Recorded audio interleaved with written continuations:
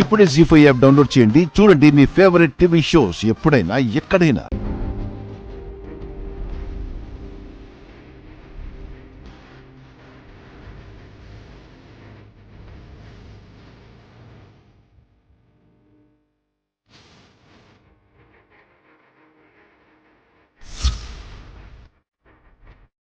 రే, పుట్టలోకి కేటును విడిచిపెట్టాడని సైగ చేస్తున్నాడ్రా రత్తయ్య.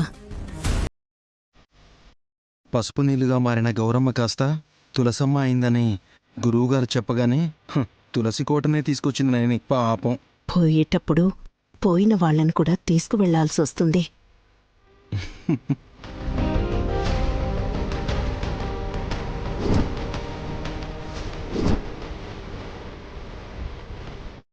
అదిగో అగ్నిగుండం పుట్ట, పదండి.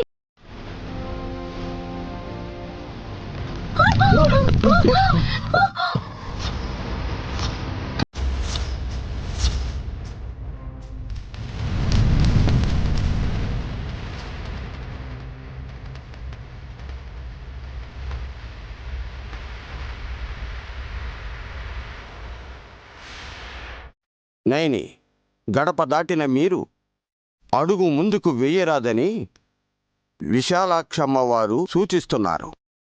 నువ్వు గండాన్ని ఊహించలేవు తల్లి. ఎందుకంటే గాయత్రి పాపని నల్లనాగు కాటేయబోతుంది. నీ బిడ్డకు ఎదురయ్యే ఆపదను నువ్వు గ్రహించలేవు. ఒక్కసారిగా మంటలొచ్చినట్టొచ్చి మాయమయ్యాయి.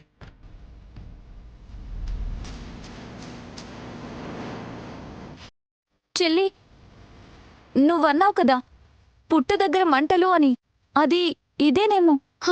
అవునక్క, మంటలు దేనికి సంకేతమో తెలియడం లేదు. ఆలోచిస్తూ ఇక్కడే ఉంటామా? ఉలూచి పుట్టలో ఉందో ఏవో.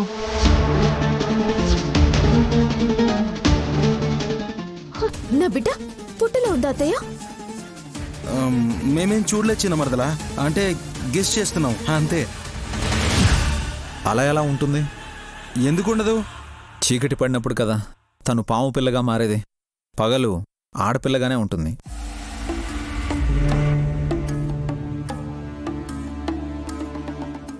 ఎవరికి తెలుసు?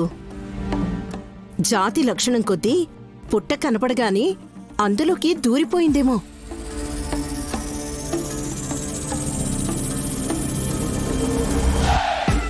అయ్యో, నా బిడ్డ పుట్టలో ఉంటే ఊపిరిలా ఆడుతుంది. పాముగా ఉంటే ప్రాబ్లం ఏమి ఉండదు.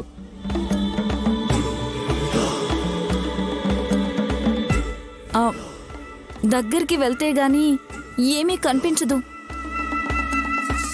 కరెక్ట్, హాసిని చెప్పింది రైట్ అంటాను.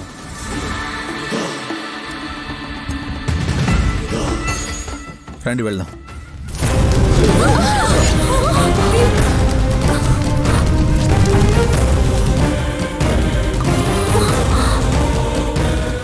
జీ5 యాప్ డౌన్లోడ్ చేసి అన్ని ఎపిసోడ్స్ పూర్తి ఉచితంగా చూడండి.